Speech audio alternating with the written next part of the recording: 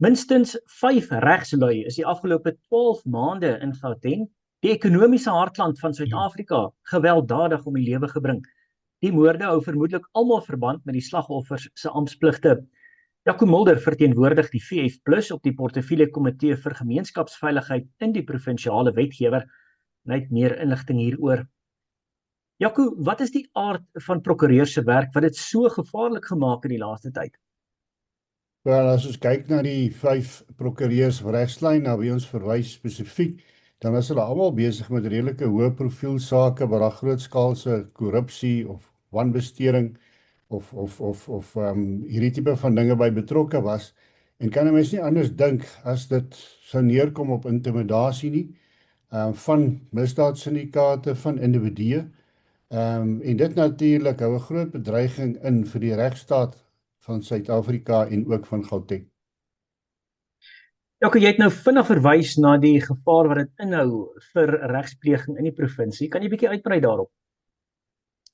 Ja, kyk, prokureurs uiteraard se lewens word bedreig en dit is heel dikwels ook vroue, soos wat ons met die nuutste geval gesien het. Hulle word nie ontsien nie. En dis baie duidelik dat dit geteken is. Met ander woorde, hulle is byvoorbeeld 'n prokureur in September 2025 in sy kantoor, in sy raadsaal geskiet. Met ander woorde, 4 gemaskerde of mans het ingekom, aanvanklik hulle voorgedoen as kliënte en hom toe nou geskiet. Later en gevlug, en dieselfde met prokureur wat Januarie vanjaar voor Booysens se Landdroshof geskiet is, en dan hierdie geval by die CCMA hierdie week, en dis baie duidelik geteken. Met ander woorde, daar sit misdaadsyndikaate daar agter waarskynlik, of individue wat dan sogenaamde moordenaars, sluipmoordenaars kry om hierdie taak uit te rig. Lyk dit of al vordering gemaak word met die ondersoeke? Ek is bevrees nie. Daar is nie werklik iemand in hegtenis geneem in enige van die 5 gevalle die afgelope 12 maande nie. En dan moet ons ook vir mekaar sê dat daar ook 2 gevalle was in 2023 in Pretoria, wat uiteindelik dan nou, as mens die tydsvak so 'n bietjie langer neem, dan is dit 7 wat ons van weet. Dis nou baie goed beplan, baie fyn beplan. Ons weet hier is talle onwettige bedrywighede aan in Suid-Afrika.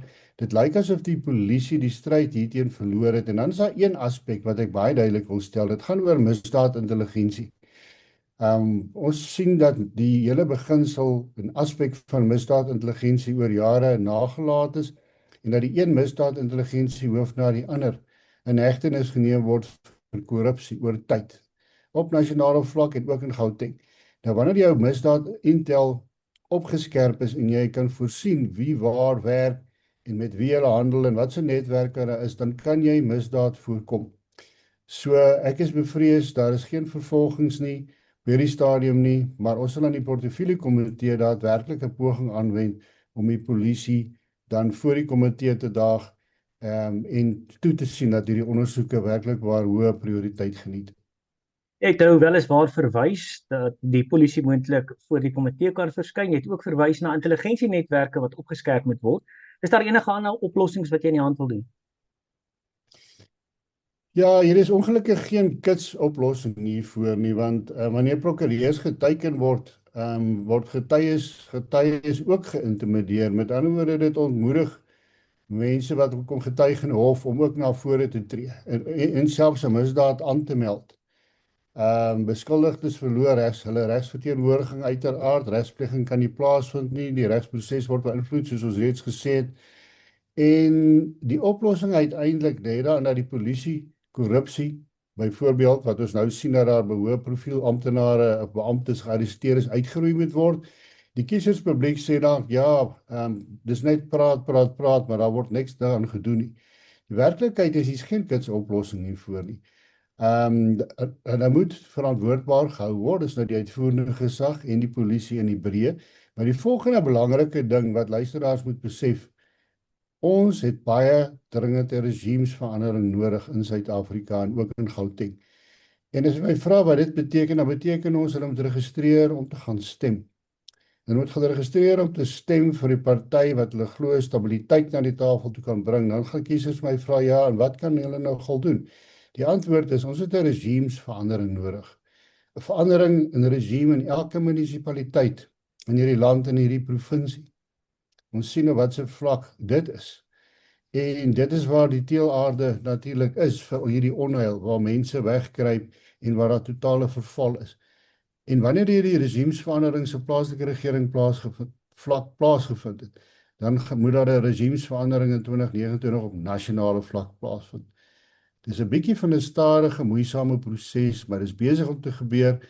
Ons sien hoe die korrupte ANC-regering besig is om te verkrummel, en dit is elke kiezer se geleentheid nou om sy toekoms in sy hande te neem, te registreer en te gaan stem om hierdie regiemsverandering teweeg te bring.